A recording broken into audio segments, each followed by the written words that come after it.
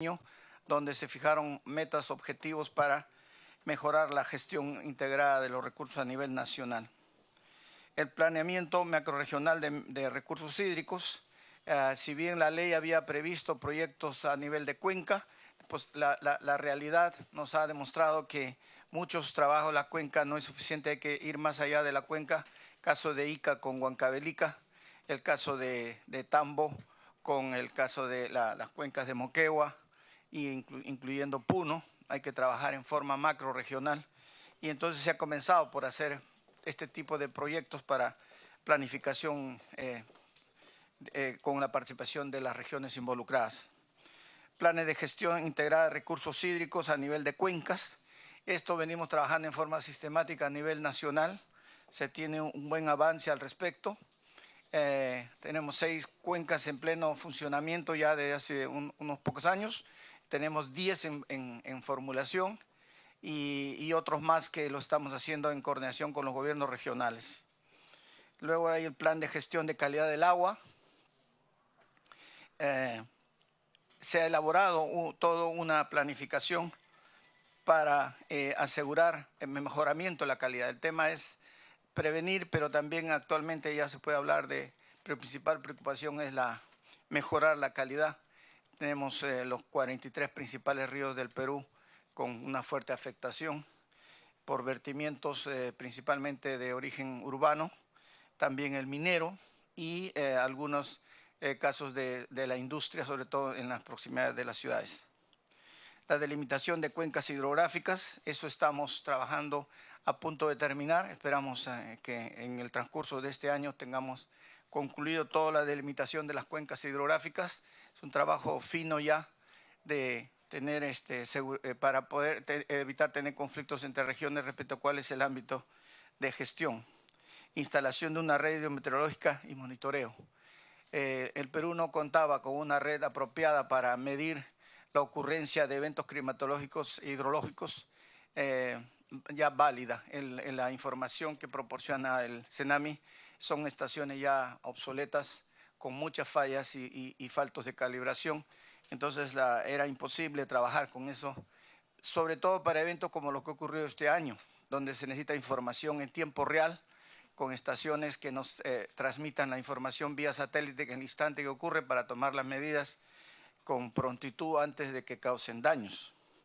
Esta red ya se ha instalado a nivel nacional. Luego voy a detallar algunos datos al respecto. Luego, como parte del logro de la seguridad hídrica, se ha formalizado el uso y vertimientos de agua. Formalización de derechos de uso de agua es fundamental, es mandato de ley. Lo que estamos avanzando con ello, tenemos ya prácticamente la costa terminada, estamos trabajando fuertemente en la parte altoandina, que también ya se tiene regular avance. Esperamos que en 2 años se concluya con esto. Cuando se creó la ANA no teníamos ninguna, bueno, teníamos 30.000 cuencas con inseguridades respecto a los derechos de uso. Actualmente, como digo, estamos bastante bien avanzados. Vertimiento de uso de agua, de eso no se llevaba un control. Tenemos ahora un registro que permanentemente actualizamos de todos los tipos de vertimientos, de todo tipo de usuarios, y en eso trabajamos para la siguiente etapa, que es el revertir cualquier contaminación que estén produciendo con estos vertimientos. Se les da un plazo que últimamente por decreto supremo se ha ampliado a 9 años para lograr cambiar la situación de contaminación que causan estos vertimientos. La evaluación de instrumentos ambientales, la ANA emite opinión sobre temas ambientales. Hay un acuerdo con el Ministerio del Ambiente para que la aprobación de los instrumentos ambientales sea aprobado por cada uno de los sectores en los cuales se utiliza el recurso preferentemente. Generación de información hídrica oficial. La ANA se ha instalado todo un sistema, como decía, de toma de datos, un sistema de registro, de tal manera que nosotros estamos produciendo actualmente información oficial respecto a hidrometeorológico, sobre todo la hidrológica, que no lo teníamos. Entonces la información era una información que cada consultor o cada usuario que quería hacer uso de ella tenía que por su cuenta ver la forma de validarla, revisarla antes de poder usarla. Ahora la ANA produce esa información de forma gratuita y se puede directamente acceder a ella vía la página web. Entonces, ese es el trabajo que intentamos tenerlo de todo el país. Hemos avanzado bastante al respecto, de tal manera que ahora la ANA ni siquiera pide ese tipo de información cuando hay una solicitud de derecho de uso, que antes le pedía al usuario que le presente cuál es la disponibilidad hídrica que hay para poderle otorgar. Ahora eso no es posible, ahora la ANA es un dato que dispone la ANA, por lo tanto ya no lo exige. Eso acelera los procesos, pero además reduce los costos, las dificultades del usuario. Gestión de riesgos hídricos y planes de control de inundaciones. En esto la ANA ha venido trabajando en forma regular. La ANA lo que hace todos los años es publicar en las ciudades que están en riesgo de ser afectadas por algún problema de huaicos en quebradas. Asimismo, hace estudios para identificar en qué casos se puede producir inundaciones por desborde de los ríos a nivel nacional, ¿no? Luego le doy los datos sobre eso. Y delimitación de fajas marginales. Tiene que ver un poco con este tema. Se trabaja en definir inclusive en campo. Lo normal es que se baste con la resolución donde ya definió cuál es el ancho de la faja marginal a cada lado de los ríos, que debe respetarse como una zona de alto riesgo no mitigable, por lo tanto que no se debe hacer ocupación de este espacio. Sin embargo, avanzamos más que eso, estamos delimitando en campo con hitos para que no quede duda cuál es el espacio que no debe ser ocupado. Información y estudios para prevenir desastres. Se ha hecho, como decía, la identificación de poblaciones vulnerables por activación de quebradas. El estudio, en general, hace ya más de 10 años, se publicó también, INDECI con las municipalidades trabajaron la identificación de aquellas ciudades que le llamó proyectos de ciudades sostenibles que estaban expuestas a ser afectadas por algún tipo de catástrofe, no solo de inundaciones, que es lo que a la ANA compete, sino también por sismos, por ejemplo. Entonces, esto se cuenta con esta documentación. Después, la identificación de zonas altamente vulnerables por desborde de río, que es lo que la ANA mantiene actualizado. Este año que se publicó, con suerte, a tiempo para anunciar justamente los lugares que estaban en riesgo y en realidad, lamentablemente, ocurrieron los problemas que se habían identificado. Delimitación de fajas marginales de ríos, que ya les señalé, zonas de alto riesgo no mitigables, que la no ocupación, a veces se ha querido que la ANA, ¿por qué no ha impedido su ocupación? En realidad, por ley, esto corresponde a las municipalidades. Las municipalidades, conocido cuál es la faja marginal que no debe ser ocupada, debe ver la forma de impedirlo, de que ocurra. Eso no se ha estado teniendo cuidado al respecto. Redes de monitoreo pluviométricos. Aparte de toda la red que existe a nacional, la ANA instaló una red especial para hacer un monitoreo en tiempo real de todos aquellos ríos y quebradas que son más frecuentemente activados en épocas de verano por las lluvias y que pueden causar daños a las poblaciones inmediatamente aguas abajo. Entonces, esta red se activa en enero y se le hace un monitoreo permanente, 24 horas. Y eso permite avisar inmediatamente cuando la precipitación excede límites que se han fijado, suena una alarma y se comunica porque eso significa que hay un riesgo de afectar a algún pueblo que esté aguas abajo y de eso se trata, avisar inmediato para hacer algo, para sacar poblaciones, evitar mayores daños. Apoyo al COEN. Precisamente el COEN en enero se reactiva y nos pidió que, en vista que nosotros teníamos toda una red y personal dedicado a este monitoreo, nos pidió que lo apoyáramos, entonces trasladamos el personal que se dedicaba a este tema al COEN y ahí estuvieron 24 horas trabajando hasta todavía una semana más de este mes, donde ya prácticamente no hay motivo para hacer este seguimiento. Hemos proporcionado ese apoyo al COEN. Y instalación de barreras dinámicas. El año pasado por algo especial, porque la ANA mayormente no se dedica a hacer obras, sino soy técnico normativo. Sin embargo, se le pidió que instalara unas barreras dinámicas o unas mallas para evitar el transporte de sólidos a esas zonas de alto riesgo, en este caso específicamente la zona de Chosica, y allá se hizo esta obra a través de la unidad ejecutora 2 de la ANA, que es una unidad ejecutora por excepción, ¿no? Identificación de poblaciones vulnerables, como les decía, nosotros para este año habíamos identificado que habían 1.090 centros poblados vulnerables, donde la ocurrencia de huaicos y escurrimientos de agua de quebrada podía causar daño. Se prepararon los planos de las obras que se requerían para evitar cualquier daño por estas quebradas, y esta información fue transmitida inmediatamente a las oficinas como INDECI, como el COEN, los municipios y a los gobiernos regionales para que tomaran las medidas del caso, ¿no? Se señaló que había riesgo de 103.000 viviendas, 460.000 habitantes que serían directamente afectadas y más de 1 billón de habitantes con riesgo. Tumbes, Piura, Lambayeque, La Libertad, Ancas, Lima, Ica, Arequipa fue señalado como las zonas de más alto riesgo, donde con mayor frecuencia ocurría el hecho, y así es lo que ha pasado en realidad este año. Esta información fue dada al inicio, en diciembre del año pasado.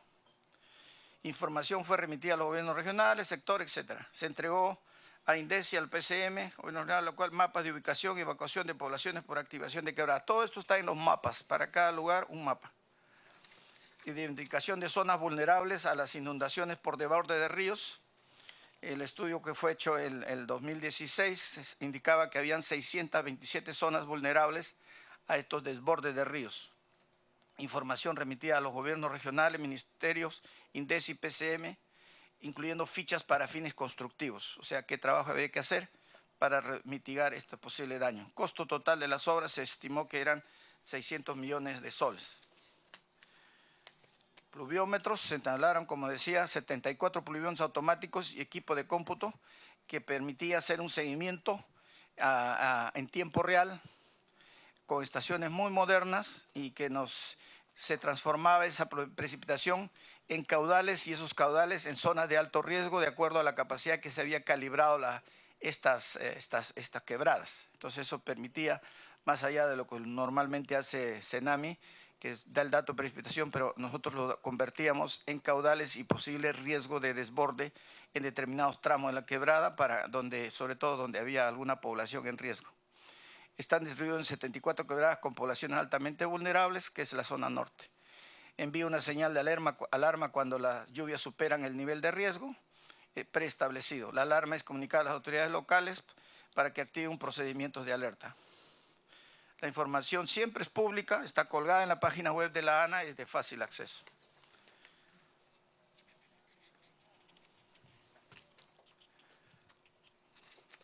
Las barreras dinámicas que instalamos ha permitido la protección de 60.000 habitantes en 9 quebradas, las que con mayor frecuencia suelen activarse en la zona de Chosica. Fueron 22 barreras dinámicas instaladas en 9 quebradas, y estas obras que costaron 22 millones de soles. Ha funcionado, como seguramente ustedes se han enterado, de una manera correcta. Actualmente estamos en la fase de mantenimiento. O sea, ahí se acumula la piedra, en algunos casos hay que sacarla, en otros casos hay que reemplazarla por otra malla, de acuerdo a la situación de cada caso. Información para la estimación de impactos, localización y evaluación de situaciones de emergencia y desastres. 250 eventos de inundación se identificaron en el tiempo que ha transcurrido este año. Se elaboraron los 1.090 mapas de inundación y ruta de evacuación. El modelamiento hidráulico de las quebradas, de los ríos, para saber dónde se iban a producir los daños. Monitoreo hidrológico, monitoreo en tiempo real, precipitaciones, caudales, ríos a niveles de embalses.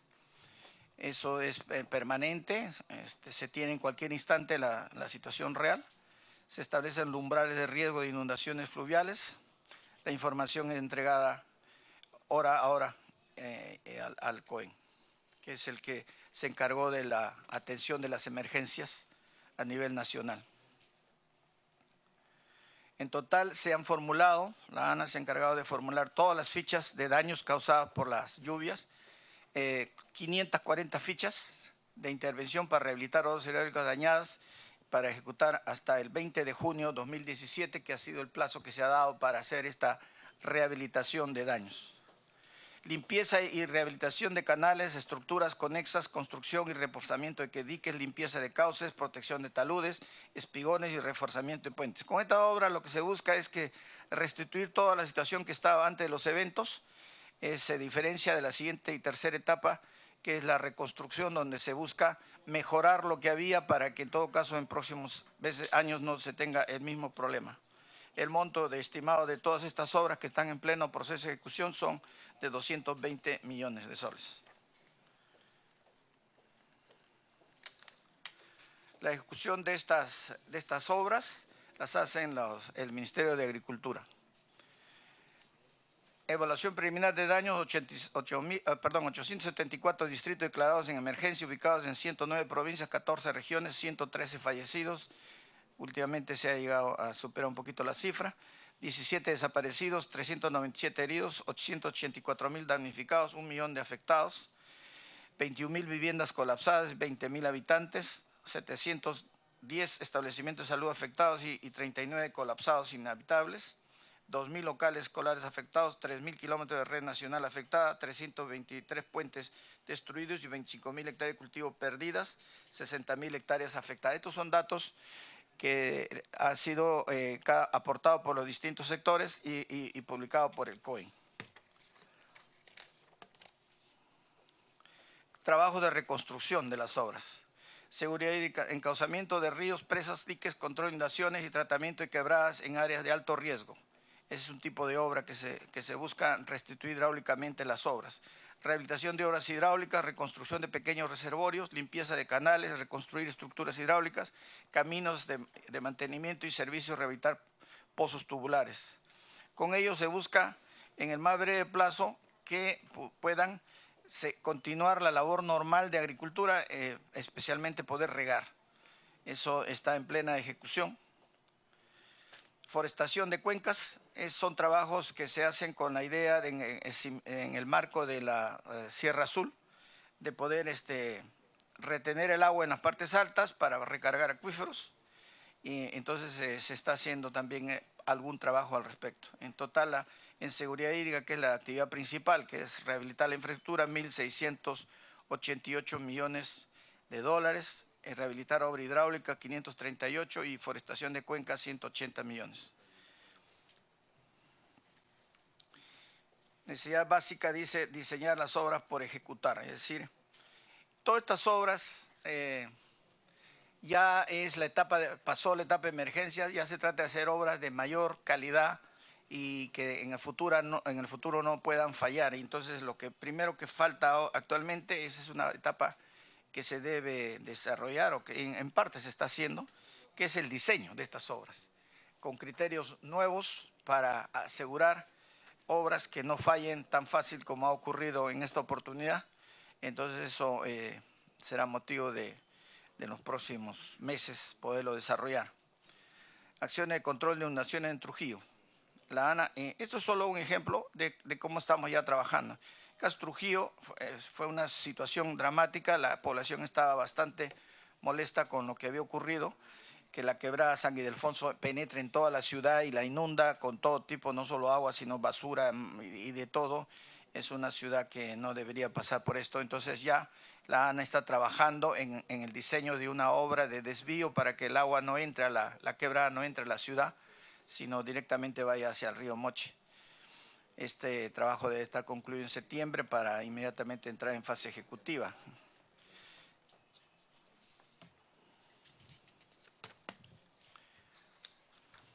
Aparte de estos trabajos que ha hecho la ANA para evitar este tipo de inundaciones y daños que hemos visto, la ANA venía trabajando ya con la cooperación del Japón un año antes. Nosotros, con la cooperación de expertos del Japón y personal de la ANA, hicimos un estudio básico para determinar todo lo que era requerido para el controlar las inundaciones en todo el Perú.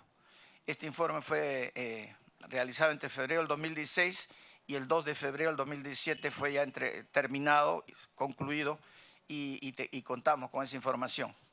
La idea era implementar un programa para ir rehabilitando en forma prioritaria las cuencas con mayor incidencia. Esto nos sorprendió los eventos de este año, entonces de alguna manera lo único que se ha hecho es verificar que ese estudio, confirmar, digamos, los resultados de ese estudio.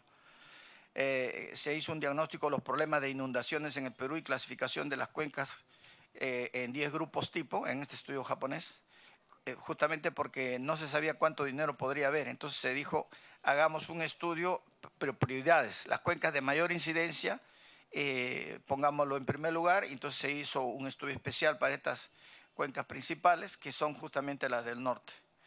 Luego se hizo estudios de medidas de mitigación de daños por inundación en las cuencas priorizadas, evaluación económica del proyecto de mitigación de todas las cuencas. Entonces se tiene una idea de la rentabilidad. Realmente la inversión en protección es indiscutiblemente un buen negocio.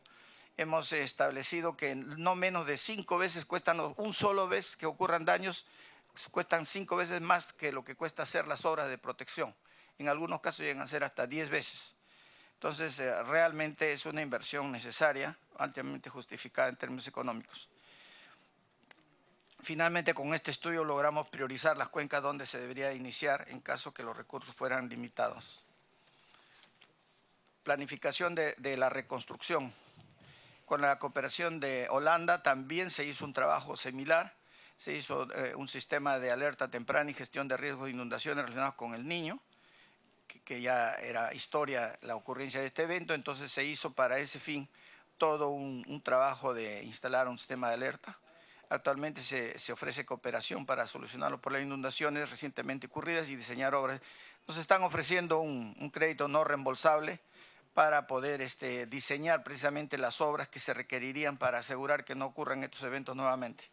La cooperación técnica financiera del Banco Mundial, con la cual tenemos convenios de trabajo, también nos ha ofrecido una cooperación económica no reembolsable para preparar los proyectos que se deben ejecutar como parte de la reconstrucción.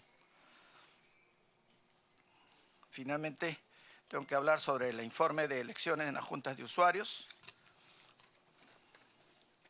Como ustedes saben, son 122 juntas a nivel nacional. A la fecha tenemos concluido las elecciones de 78 juntas, que es más o menos 60% de los usuarios de riego. 15 juntas ya se inscribieron en registros públicos.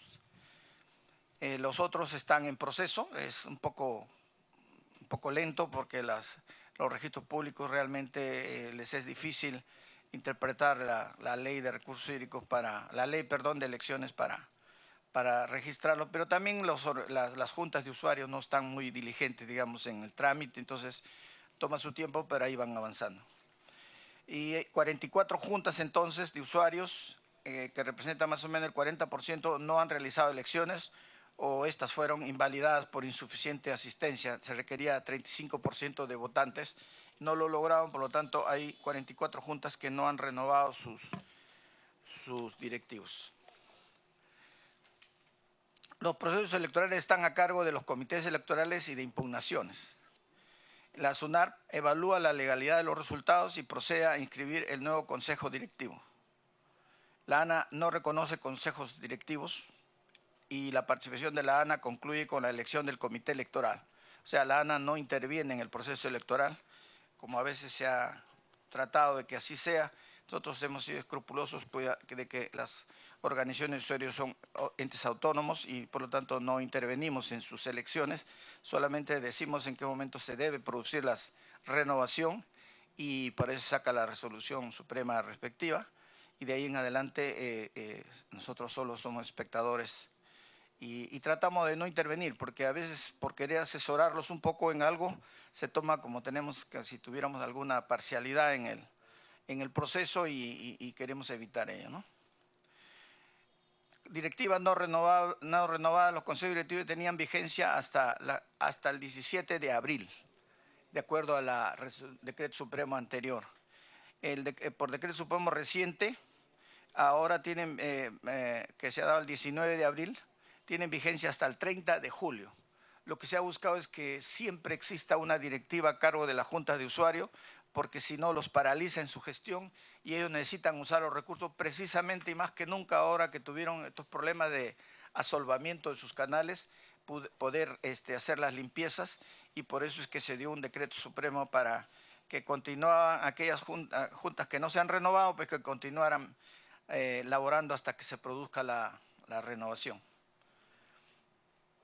Entonces, el nuevo cronograma, para dar solo algunas cifras: hasta el 12 de junio se publicará el padrón electoral, hasta el 27 de junio hay para inscribir y publicar listas de candidatos, hasta el 14 de julio interponer tachas y el comité electoral resuelve, y hasta el 15 de julio publicar listas aptas para elecciones, para iniciar inmediatamente la elección que hay plazo para realizarlas hasta el 30 de julio.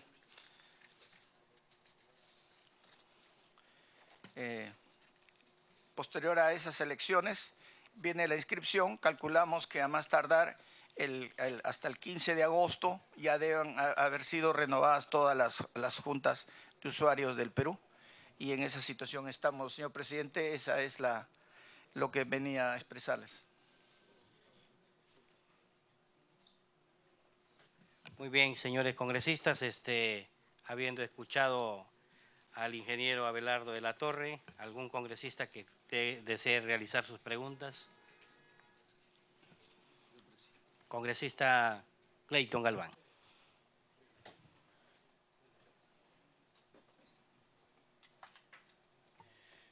Gracias, presidente. Con el saludo cordial al ingeniero Abelardo de la Torre, de parte de esta Comisión Agraria, y a mis colegas congresistas, quienes el día de hoy se encuentran en nuestra comisión, para absolver o hacer algunas preguntas, señor director, sobre las autorizaciones para el uso de agua. Aparte que las municipalidades tienen la responsabilidad dentro del cuidado, la autorización, la administración de los alvéolos, los ríos y otros, ¿qué papel juega también la ANA, la Autoridad Nacional del Agua? ¿Qué tipo de autorización? ¿Es imprescindible, es indispensable la participación de la ANA, de la Autoridad de la ANA o no? Asimismo, para el uso de agua, las centrales hidroeléctricas solicitan las autorizaciones a la Autoridad Nacional del Agua. Es otra institución la que tiene que autorizar. ¿Cuánto es el porcentaje, si se llama de repente en porcentajes económicos, que cobran o pagan o deberían de pagar las concesiones por el metro cúbico de agua? Si bien es cierto, las centrales hidroeléctricas o los concesionarios en estos instantes están vendiendo agua digamos, a las centrales hidroeléctricas. Caso patético de mi distrito de Paucartambo, en la provincia de Pasco, región de Pasco. Si no me equivoco, el concesionario del agua es una empresa X, SN Power, si no me equivoco. Ellos venden el agua a la empresa en el sur. Entonces, ¿se está beneficiando en algo el Estado o es que solamente es un tercero, de repente aprovechando que en algún momento haya obtenido esa concesión, esté haciendo pues este uso de, digamos, de económico de parte de nuestros recursos hídricos? Sé que esta autorización no es de ahora, ya viene más o menos casi desde el año de 1995 o 2006, si no me equivoco ahora sí. Bueno, eso sería inicialmente. Después voy a continuar, presidente, con otras preguntas más para ir absolviendo. Gracias. Tiene la palabra el congresista Arana. Gracias, presidente. Saludar al ingeniero Abelardo de la Torre. Quisiera hacer algunas preguntas a través suyo, presidente, al jefe nacional del agua. Un primer tema que preocupa es que si el reto de la Autoridad del Agua es asegurar agua suficiente en cantidad y calidad apropiada para las poblaciones, los ecosistemas y las actividades productivas, ¿cómo hacer eso si no hay un conocimiento detallado de la mayoría de cuencas, según la información de la que disponemos y que la propia presentación admite? cuando señala, por ejemplo, que los instrumentos de medición, de monitoreo son todavía insuficientes, algunos son hasta obsoletos. Y en ese sentido, de manera específica, preguntar en cuántas cuencas tienen ahora instalación de la red hidrometeorológica y monitoreo, a cuántas de las 159 cuencas va a alcanzar y si esta instalación de la red hidrometeorológica está vinculada a la que tiene el CENAMI, se sobrepone o es complementaria o auxiliar. Luego también preguntar señor presidente, sobre el tema del rol del ANA en la presentación. Ha señalado que van a tener trabajos de construcción de obras hidráulicas en forestación de cuencas.